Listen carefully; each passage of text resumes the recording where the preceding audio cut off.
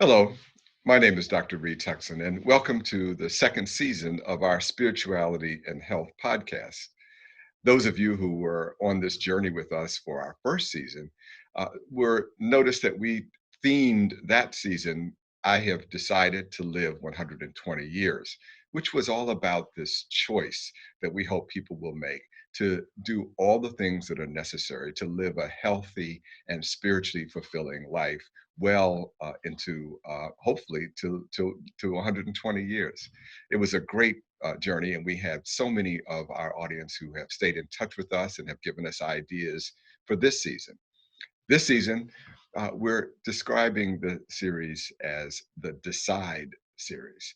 And of course, we continue to work on this idea of we must make choices every day of our lives to live the kind of higher life that we all secretly and some not so secretly want to live. We want to live lives that are full of meaning, that are connected to deeper spiritual values. And of course, we want to live lives that maximize the full extent of our health. As you will see, we've called this Decide series because we're going to focus on five things. Number one, we're going to focus on diet, the D in Decide. And in fact, today's show is all about diet. And then we will move to talking about exercise, community engagement, inner development, dreams, which I'm really looking forward to that show, and emotional development.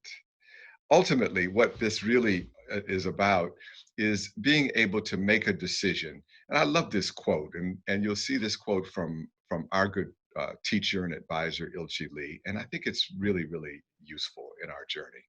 He says that all change begins with a choice.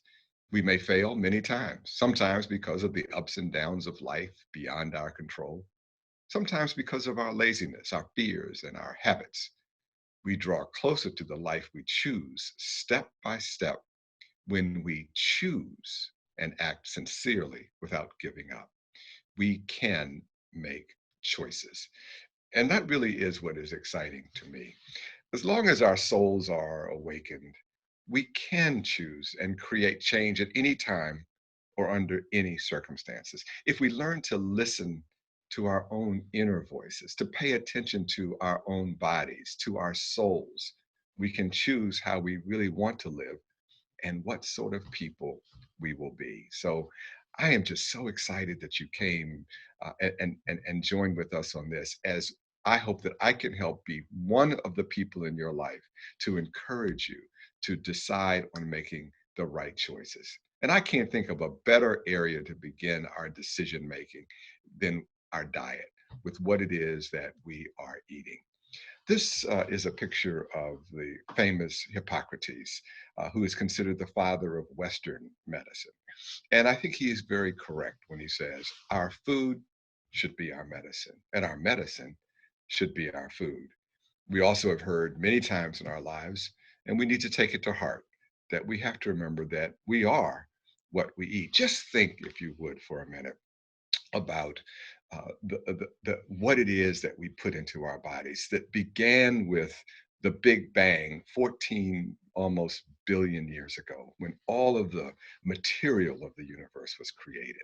And all of that then finds its way into the substances that we ingest every day, process, modify, change in a continuous process of renewal. Think about the interconnectivity between what we eat and all of created life, whether it is the sunlight, the rainwater, the nutrients that are in the soil that our food ingests, whether it is the people who do the planting or the harvesting, the people who drive the vehicles that bring food to our shelves. There are so many connected pieces to this miracle of being able to eat that we should never take it for granted, and always, I think, be really grateful. But there are a lot of people who want to help us out. There are lots of people who have diets of all kind who are always asking us to pay attention to their guidance and their advice. And many of these diets, used properly, can be very helpful to meet the needs of the individual. Whether it's the DASH diet, the Hamptons diet, Mediterranean, low carb, Atkins, South Beach, fruit diets, there are so many. The one that our listeners have been asking us to think about and to talk about and learn more about is the keto diet, which is very interesting, and certainly something that is gaining attention by many people, both positively and some who are concerned and worried about it. So we'll get into the keto diet in just a moment. But what I want to focus on now is the idea that whether we should or should not take the keto diet, we have to start to think about who we are. A few years ago, I wrote a book called The Doctor in the Mirror. And that book asks each one of you to become the best doctor you can be. Think about it this way. If you look into a mirror and the person that you see back is the best doctor that you will ever meet, after all, who knows you better than you, who loves you more than you, and who makes more decisions every day about their health than you. And so, as you approach this idea of the right diet for you, you need to be really honest about yourself and make sure that you know who you are. What is it that you are trying to achieve? And so, I ask you to think about it as you are looking in that mirror and thinking back, who am I and what is the purpose of my diet? You recognize that you are an individual. Not everybody is the same, and every diet doesn't make sense for everybody. You are unique in your age, your gender, your sex, your weight, your health condition. Maybe your goal is in your diet plan is that you want to be healthy. Maybe you want to have a diet that helps you clarify your mind and your thinking. Maybe you're trying to lose weight or gain weight, build muscle. Maybe you're trying to increase energy. Maybe you have a diet that's specific because you're trying to treat a medical condition. Some of you may be dieting simply because of vanity. Whatever the reason may be, it's important that you understand you. I'll tell you my goal. My goal with my diet is to create a healthy, energy rich diet that is nutritious and, above all, delicious because I enjoy eating. But I need lots of energy to conduct my own spiritual journey because I train hard, I meditate and pray hard, and all of that requires energy. On the other hand, I am very attentive to issues of my weight and making sure that some of the medical conditions that I have a predisposition to don't get worsened or complicated because of my diet. And so I'm very attentive to those kinds of things. Unfortunately, despite all the information about diets and the attention that it gets, most Americans still eat very unhealthy diets. And I'm very concerned about it. Just think about it this way. In 2002, the percentage of the obese people living in the United States was about 30.5% of the population. Today, that's up to 38.9%. Almost 40% of Americans are obese. And when you combine overweight and obesity, 75% of men in America are either overweight or obese, and 67.8% of women. The result of that, of course, is we now see a dramatic increase in diseases like diabetes, where almost 12.6% of the population has diabetes. Almost 30% of the population has elevated cholesterol, and about 33.5% of Americans have high blood pressure. And so there are real consequences to our poor choices, and we need people to do better.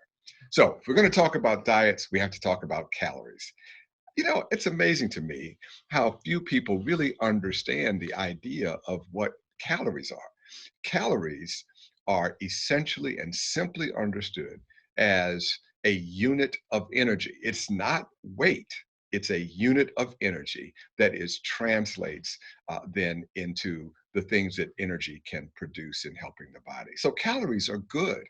We need energy. We have to have them. The Food and Drug Administration suggests that the average amount of calories that the average person needs each day is about 2,000. Now, The challenge is that as we try to understand what to eat, is that 1 gram of food can have vastly different calorie implications. For example, 4 calories in a gram of protein or carbohydrates, 7 calories in a gram of alcohol, 9 in a gram of fat. So each of these is somewhat different. By the way, when you sort of wonder about those people who use a lot of alcohol, a lot of times people don't think that they're imbibing also a lot of calories, but just look at the difference in the number of calories in a gram of protein versus a gram of alcohol. Very, very important that we keep that in mind. And so as we start to make decisions, we have to remember also to read the label.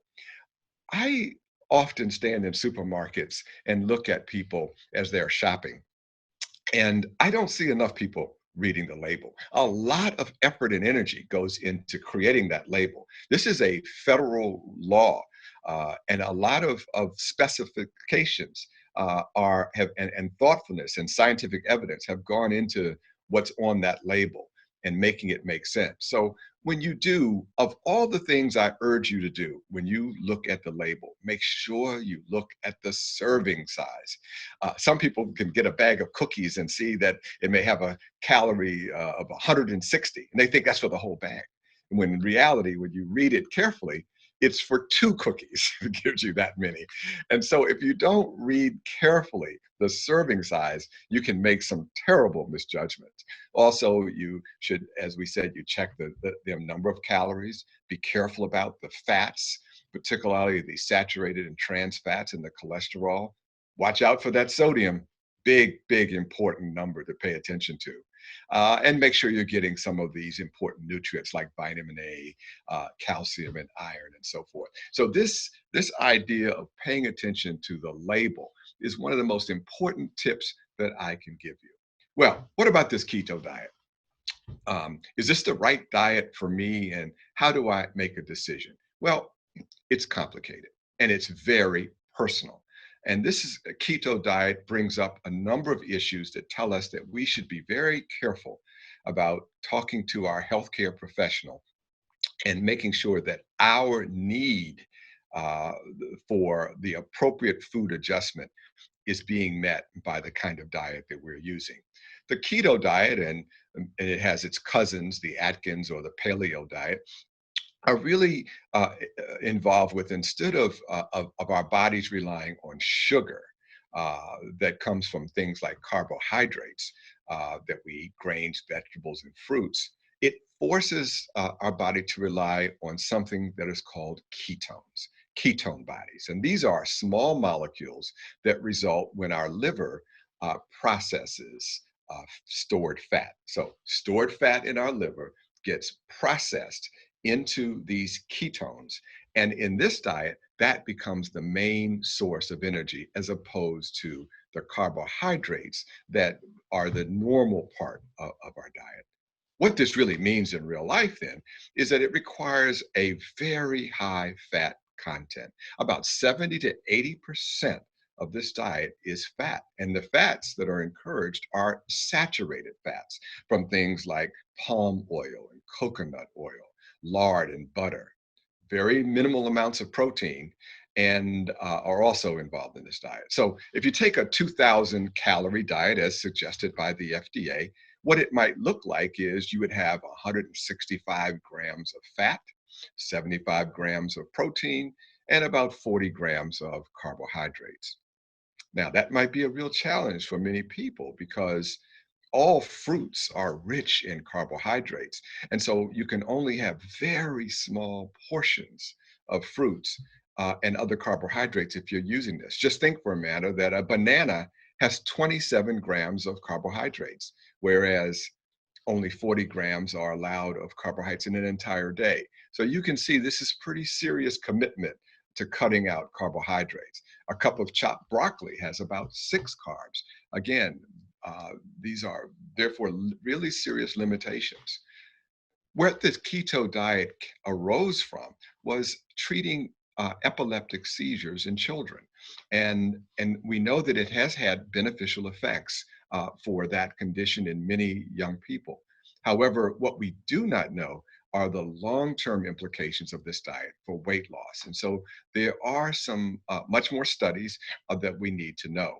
And we are particularly have to focus on some of the risks because it's so high in saturated fats. That's not generally very good for heart disease. It's also associated with increasing the bad LDL cholesterol, the bad cholesterol versus the HDL cholesterol, which is the good one. And so we have to be a little concerned about what that might mean in many patients. Some people, though, will think about using this diet because it may actually help for people with type 2 diabetes. One study found that being on the keto diet for a year reversed diabetes in up to 60% of participants. Some people with morbid obesity, really severe and serious obesity, body mass index over 40, then the diet can be very helpful perhaps as well. It can be used as a short-term strategy to reset metabolism, and maybe people don't have to be on it forever. What do some people notice on it? Well, your metabolism speeds up, hunger goes away, maybe even your muscle mass may increase, and blood pressure and heart disease risk profile could improve. However, if you are taking medication for diabetes, particularly related to insulin, you need to really talk to your physician. Similarly, you need to talk to your physician if you're taking medication for high blood pressure and if you are a woman who is breastfeeding. So, very interesting diet and very potentially useful for some people. But I would urge great caution in making this kind of a commitment outside of a relationship with your health professional. So, lots of information is out there. Here's some things that I think you ought to think about as you make your diet choices going forward. Number one, keep a diet diary. I was struggling with some excess weight at a period in my life when I had stopped working out, and I was under so much stress that I just wasn't taking care of myself. By the way, if any of you are not working out and are under so much stress that you can't take care of yourself, the one thing you don't want to do is not eat properly and not continue to exercise and not be able to continue along your spiritual journey. So don't do as I did, because that was a terribly dumb thing to do. The time to get disciplined about your training is when you are under stress. So that's a tip to the wise. But I kept a diet diary, and I will tell you, it made all the difference in the world, particularly my electronic version on my iPad, because then all the food populated right away with all the calories and the nutrients. And I was shocked to find that I was making some pretty stupid dietary choices. So keep a diet diary. You'll love it. It'll really help you. Number two, be the doctor in the mirror. Observe carefully your body after you eat. How do you feel? Do you feel sluggish? Do you feel tired? Do you feel bloated? Then you're getting a clear message that those aren't the things that you should be eating, or you're eating too much of things. You can be your best doctor by observing yourself mindfully every day. Number three, choose a diet that meets your needs and that you'll stick with. Remember, everybody's different. But the thing you've got to do is no diet is going to work well if you don't stick with it. Number four, read the label. And we've talked about that. Take your magnifying glass if you need it with you along to the supermarket aisle, and you really pay attention. Number five, do your research from trusted sources. Just because somebody advertised a diet on TV with the pretty model and the before and after shots, which you can't trust, by the way, because those are often manipulated images. But when you can't trust those spokespeople. What do they know? What you need to do is do your homework. A great place to do that homework is the Dietary Guidelines for Americans, published by the federal government. And so I would urge you. And by the way, some of these references, we will include these references in the body of this podcast at the end. So you'll have access to these things. But the Dietary Guidelines is true good science that will help you out. Remember six, small shifts in food choices over the course of a week, a day, or even a meal can make a big difference. Everything doesn't have to be dramatic. You can do small steps to get where you're going. You don't have to change the whole world in one day.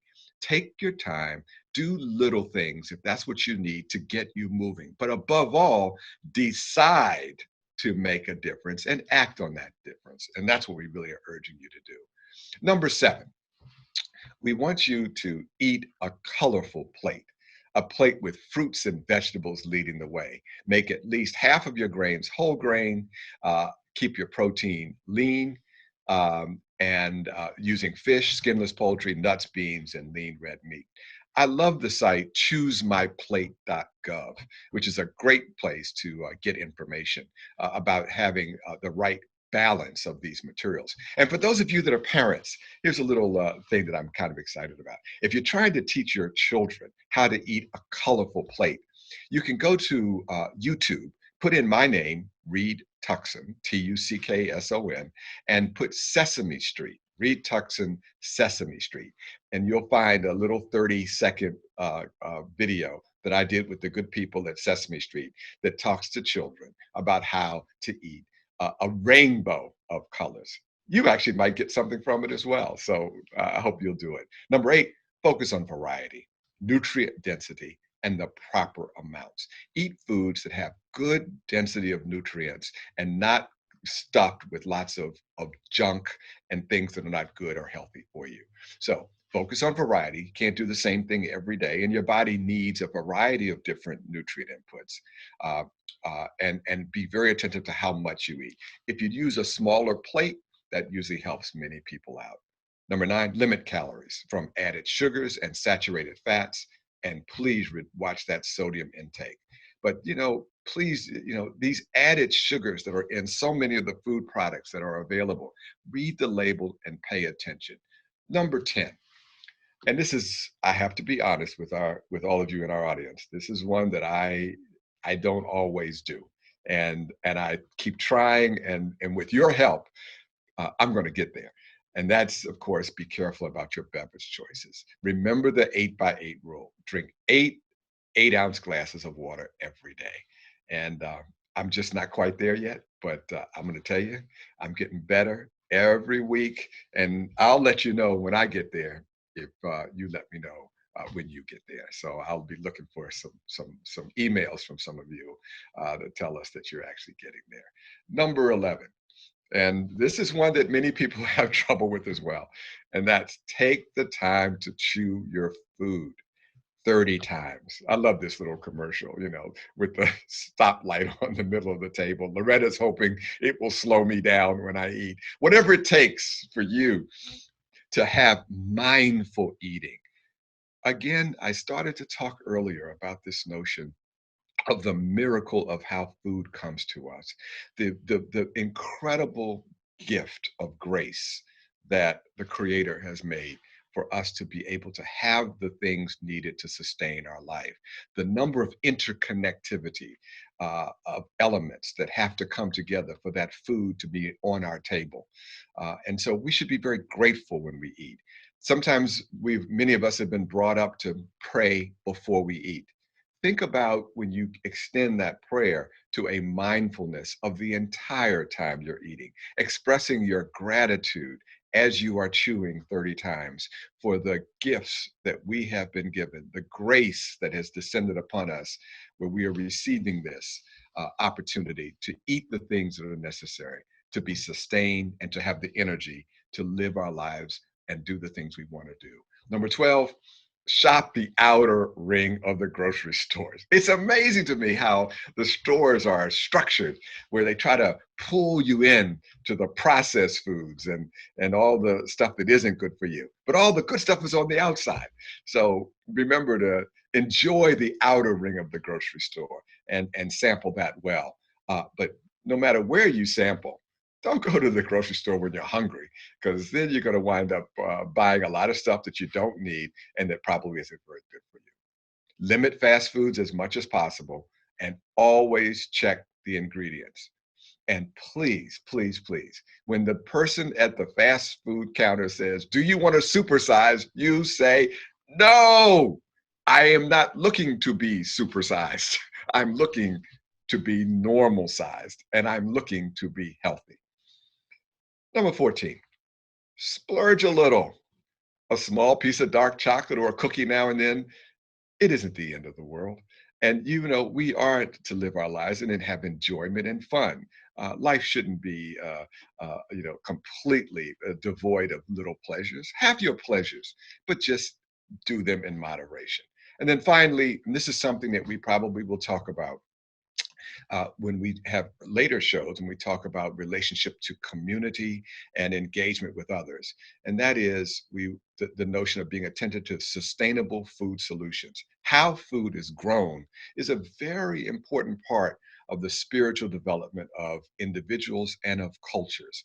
And we need to be attentive. And we also have to fight against ending these food deserts. So many people in America and around the world have no access to healthy foods, no convenient access.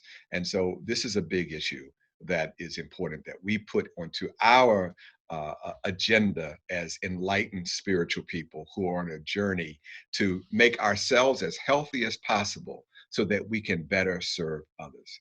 I know you all understand that. The goal is to make ourselves as healthy as possible so that we can better serve others. And I think the notion of sustainable food and food deserts is very important. Well, thank you for joining us on our new second season of our Spirituality and Health podcast.